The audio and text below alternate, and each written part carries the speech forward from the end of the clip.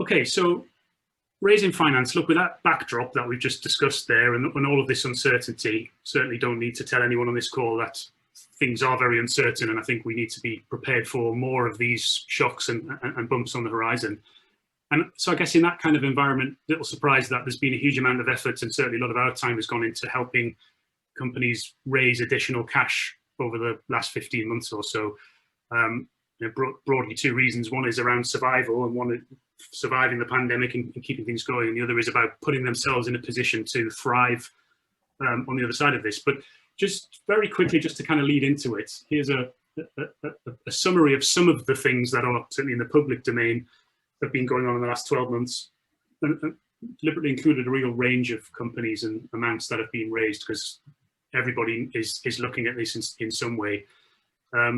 So some you might recognize, some you might have read about. I think what's interesting is some of those very large operators, the behemoths at the top there, who are very quick out of the blocks in raising additional liquidity via convertible bonds or new share placings, have had to go back 2 or 3 times during the course of this, just looking at some of the eye-watering amounts of cash they're burning on a monthly basis tells you the reason why.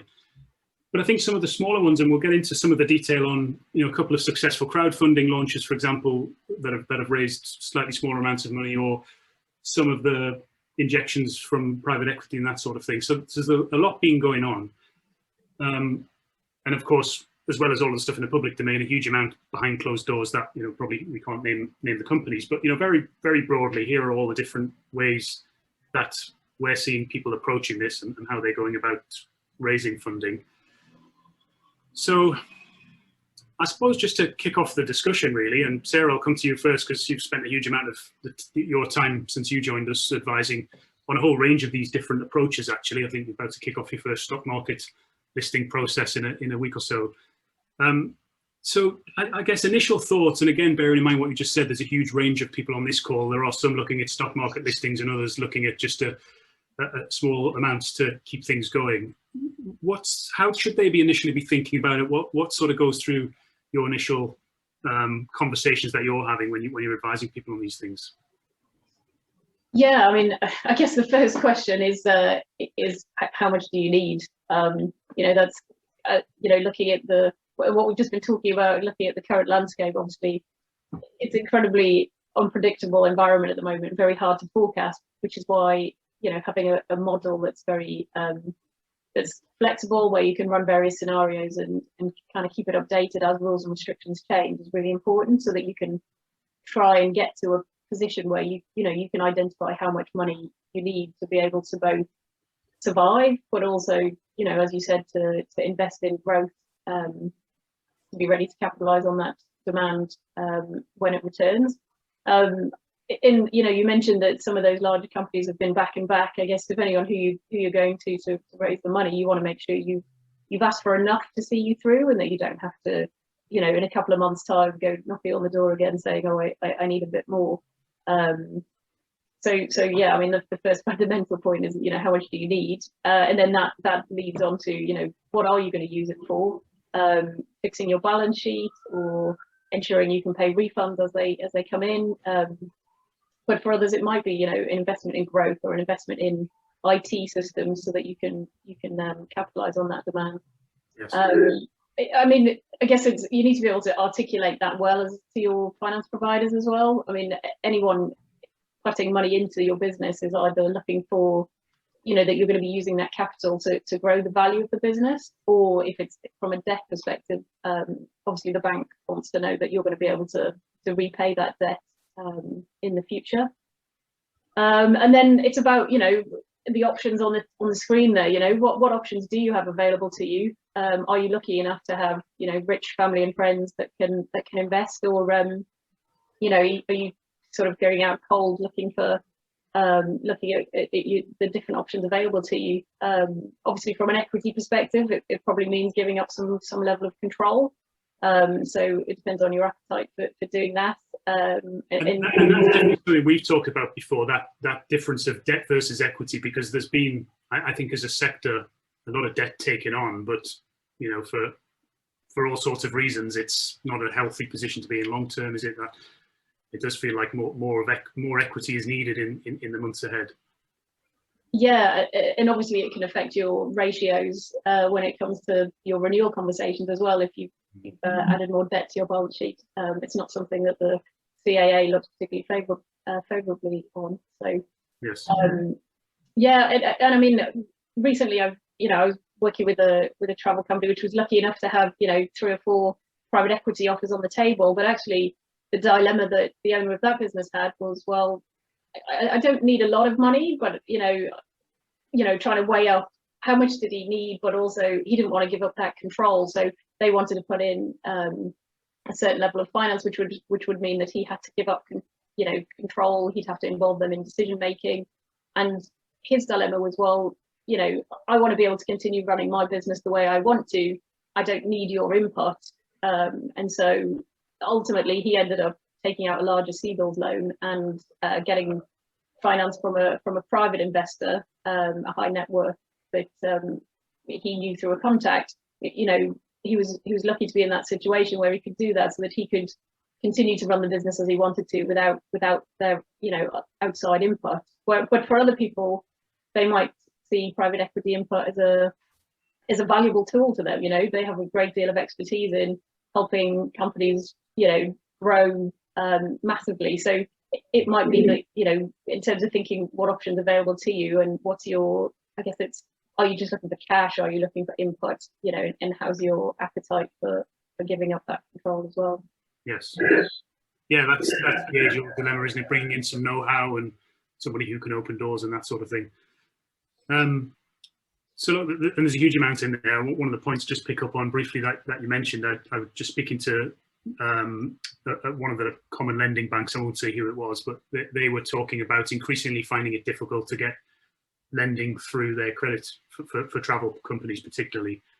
And a common feature was, why should we put more debt into this? Look at the history of what's been taken out of this business as dividends by shareholders. This needs equity back in, and they're increasingly looking at least to kind of go in alongside shareholders and for them to put money in as well, rather than just putting more and more debt in. And I think that's possibly a symptom of the CBILS kind of environment has now come to an end, and this new rebound loan structure is there's much less pressure on banks by the government to get money out of the door. It definitely feels like raising debt has become a lot harder, I would say. Sorry, Martin. Thinking about one of my clients based in mainland Europe, it was a similar message actually. So that they put together a funding need back in August last year, which we then took to the CAA to demonstrate that adequate liquidity had come into the business. But they're actually tracking the worst case scenario. But the funding that came in was a mixture of shareholder loan and the CBILS equivalent from the banks. But I think the bank portion was based on the shareholder investing as well. Yeah. Yeah. I mean, so one of the things that is on the slide there, and we did talk about a couple of crowdfunding type options. I suppose crowdfunding and raising from customers, I think, is an interesting area. We've definitely seen a few people do innovative stuff in that space over the years. And again, it entirely depends on who your business is and who your customers are. But I'm thinking about, again, bearing in mind this real range of customers we have on the call today, and sizes of businesses clearly going and some sort of private placing or even attracting private equity funding is not necessarily going to be relevant for much smaller businesses. But I think talking to high net worth customers definitely is, and I think there's a huge difference between. Maybe we'll come on to crowdfunding, because Matt, I don't know what you think about some of the kind of crowdfunding deals that you've seen. I know some of the Travel Vault guys have gone through this very successfully. There's definitely a different mindset and some different pros and cons on there to going down that route. Yeah, definitely. I think picking up on what Sarah said, I think it depends on what you're looking for from your investment as well. Is it purely around cash, or is part of the investment that you want more expertise on the board with you as well? So crowdfunding can be quite attractive for people from a cash point of view, but is it going to give you the expertise that you're looking for on your board as well? So I think that needs to be taken into consideration. I think that some of the crowdfunding ones have been successful even during the pandemic, hugely successful. I think Much Better Adventures was over 150% funded. I think Ski Yodel is on your slide as well, is over 200%. So they have been successful. And I think what's quite interesting as well on the Much Better Adventures one, the minimum investment was £10 a person. But actually, when you see the list there of how many people did invest and how much they raised, it was up nearer £1,500 a person. So I think a lot of things that attracts people into crowdfunding is that it will appeal to all walks of life. You can invest a very small amount and feel part of that company. But it's quite interesting that even through a pandemic, the average was a lot higher than the minimum. I definitely think with crowdfunding and also just, you know, a more direct sort of bilateral conversation with customers, the usual kind of investment economics, for want of a better phrase, kind of go out of the window, because actually what, you know, and I could sort of draw a parallel, like if I go and invest in a microbrewery down the road, not really investing money with the expectation of making a return.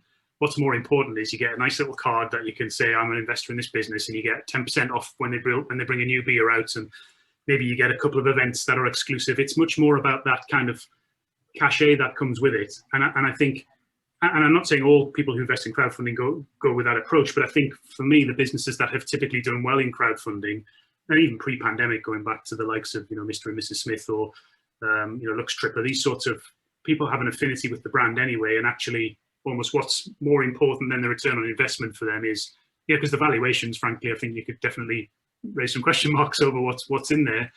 But what's interesting, I think, is people are investing because of different reasons rather than necessarily a straightforward, you know, private equity is purely looking at a spreadsheet and can I make a return on this investment? Yeah, no, you're right. I think it's definitely that alignment with the brand.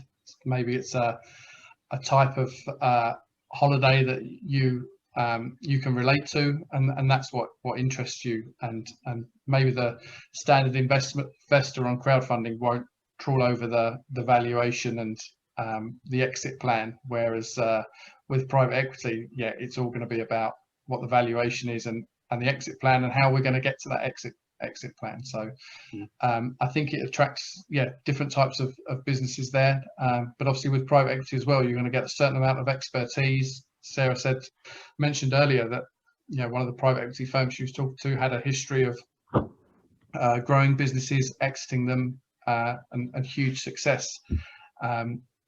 You know, you're probably not going to be looking so much detail of that on a crowdfunding platform. So yeah, but I think it's interesting through pandemic that those have still been successful. But you know, if you're a small board, so it's just yourself or maybe one other person, and you actually want some expertise around finance or some other expertise, then obviously you're not necessarily going to get that through the crowdfunding. So I think you really do need to sit down before and say, you know, is it purely around the money, or is it around getting some knowledge around you as well?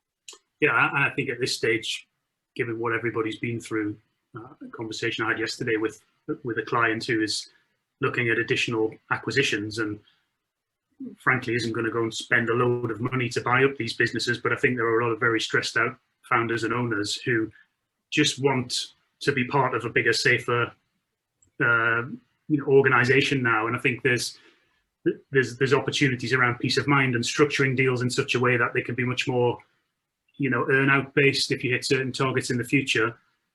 Not great for, you know, selling and trying to take a load of money off the table, just given where we are, but it maybe kind of prolongs things and keeps you going.